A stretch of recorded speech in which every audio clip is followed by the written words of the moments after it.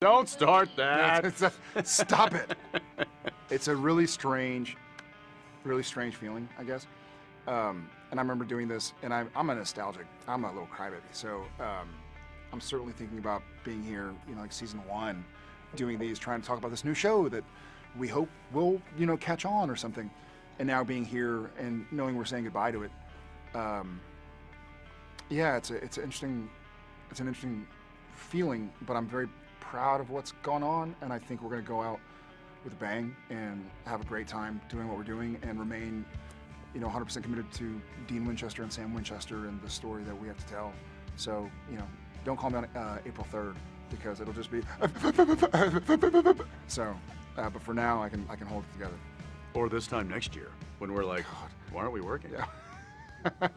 What happened to us? Well, I'm going to be mowing lawns to pay my mortgage. So. Well, it was interesting. We got a nice final season gift from Warner Brothers. It was this this beautiful serving tray that had this beautiful inlay thing design on it, and I was like, oh wow, this is a very cool thing. Usually it's like a bag or it's a radio or something like that, but this is a very beautiful serving tray, and I was like, that's really beautiful. This is nice. I'm sure it'll look great in my home. And then I thought about it. I was like, are they just trying to get us prepared for your next introducing job. us back into the workforce? Mm-hmm. Yeah, next year you'll be unemployed. I'm like, oh God, oh no. I'm like, I got to figure out how to work the Aloha system and the POS, and I got to get an actual job. I'm gonna have to get an actual job. I don't have to wear makeup for a living anymore. Favorite memories? There's been a lot. We'll go with. There's been a lot. There's been a lot. In season 4, falling in love with my wife, who I met when she was on season 4. No, favorite, not regrettable memories. Favorite memories. Most Just regrettable, clarify. most expensive memories. Yeah. Things you could take back. Yeah. I remember that moment too. It was like, I wish I'd had. I don't think. Did we have smartphones? We had smartphones back then. I didn't. I had a But they didn't have Palm, they didn't Palm have decent Central. cameras back then. That's how long we've been on the show. But I remember she was sitting in her, the little cast chair, right? She was reading a book. And there was a perfectly good chair next to her that was empty, but he decided that he was going to sit cross-legged down on the floor in front of her like this. I had to ask her a question. Which, obviously, you want to get down close to on your knees. I mean, it was like... Well, one of my biggest pet peeves is when somebody interrupts you when you're reading a book or something. Like if you're obviously, So he got down, in her eye line, to where all she had to do was this.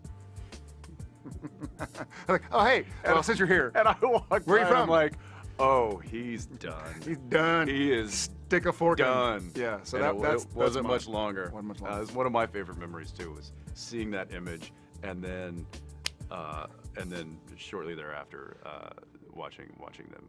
What about you? What outside of that? I'm your old man on the show, and remember what was the keyword twins for Spade, or what was the keyword of the day? Yeah, the Wheels Up or something. It was twins. Twins. Twins. Was Yeah. yeah. When my twins were like about to be born, and I was on set, 2,000 miles away, and needed to catch a plane, and so it was a mad rush to get me out. And I do remember. I don't know if this is a favorite memory, but it's certainly a massive memory. Because I was all ready and I was going pale. I was like, I've got to get out of here. The plane's gonna leave. We got this one shot, and our director's trying to shoot me out as fast as he can. And then he comes up to me. He's like, "Hey man, you all ready to go? Is there anything you need? Is there anything that I can do to help?" And I'm like, "No, man. I think I got everything unpacked. I'm ready to go. Bags are in the car. All I got to do is he's just got to say wrap, and then I'm hitting the car, going straight to the airport." And he's like, "Okay, you got your passport?" And I was like, what kind of question is that? Of course I have my passport. You know where it is, but it's been in the same pocket in my backpack. It doesn't leave. Why would you ask that? He's like, I'm just saying, this is a pretty big day. You might want to go put your hand on your passport. Go touch your passport. Go touch it. And I'm like, okay. And then I went into my trailer, not there. And I'm like, okay, he took it. He's playing a prank on me. It's not unlike him to do this when stress is this high. Yeah. And so I was like, very funny. I'm gonna need it back. And he's like, I don't have it. And I quickly realized that I did not have it. Yeah. And we fixed it, but talk about adding stress to stress. So again, not one of my favorite memories, but certainly one of my biggest memories. Yeah. There have been a lot of things that have happened throughout the course of the show, and it's been quite a ride. They will.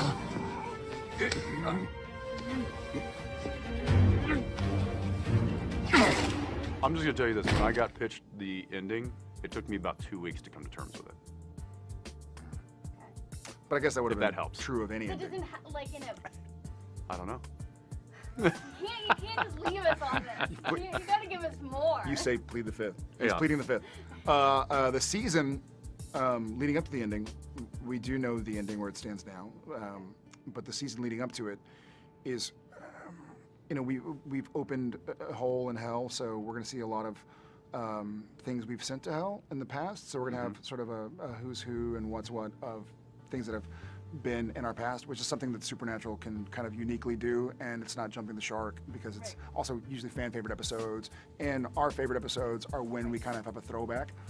And then hopefully in the ending, and I'll say this, I'm not going to say the ending obviously, but I think any season of the last 14, if you were to ask what the finale was while we were filming episode 2, that's not what the finale ended up being. We're going to bob and weave, and Supernatural's always kind of been able to gauge the temperature and do what's best for the show and best for the story. But what I want for Sam and Dean Winchester, if the show is going to end, and it's going to, is for them to have some form of peace, whatever that looks like. If that's on a beach, great. If that's dead, great. If that's in space, great. If that's opening a bottle of bourbon or something, great. So any of the above. I would love to have Sam and Dean have some sort of peace that they have earned over some sort of a resolve for it all. Not send them to Castle Black. It's like, come on. We're in jail. Not going up to the wall. Like we're gonna be in a diner. Not It's just gonna peaceful. cut. That's all of a not sudden. good. Even though things might be horrible right now with the brothers. In fact, we even touch on that in this season, the beginning of the season. Yeah. That let's look at all the good we've done. Look at it wasn't all for naught.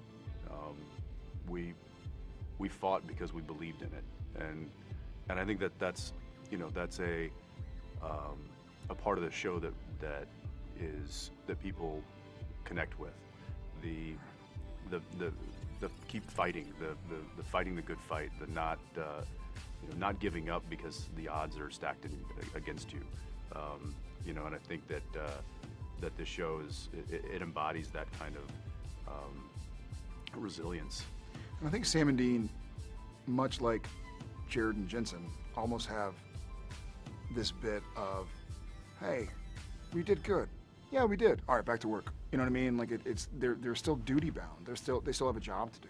They still are very determined, and they're soldiers. Yeah, they're willing to sacrifice and put themselves at risk to help somebody else.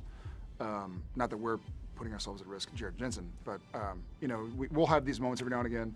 We're reading through a scene, a trailer to memorize it, and it's like, man, this is crazy. Pretty cool. Yeah, it is pretty cool. All right, back to work. We do put ourselves at risk a little bit, though. I mean, there was a couple of stunts that got a little. Sure. There was some broccoli soup that looked really bad. Misha was there a couple times. Yeah. He's a strange guy, so. I just thought about this a moment ago and shared it with somebody that, we may not have won a lot of awards. We may not have things, covering our mantles of accolades that the show has brought us throughout the years, but walking out on that stage and hearing nearly 7,000 people applaud us, that was about as big of an award that we could have ever won in our lives. So that's why it was emotional. It was very emotional. It still is. Think about it. If I can try to attempt to put it into words, what touched me is it didn't feel like they were clapping for me. It felt like they were clapping with me. Mm-hmm. Like it felt like that's been part of the SPN family. Is it hadn't been like, look at us, you're welcome. No. You're welcome. It's been like, why are you thinking? It was a celebration of what we'd all built. It was a family affair of like, hey, I'm a cog in the wheel too. Like, we wouldn't exist without you. It's legitimate. We wouldn't exist without them, and I guess they as a fandom wouldn't exist if we didn't do what we did. So it felt like a communal, like, hey, almost like Sam and Dean, like, hey, good job. Thanks, man. Good job back at you. All right, let's get to work. And do you guys have a a message to your fans going into season 15? Thank you. That's all I got. Nothing ever stays dead in Supernatural.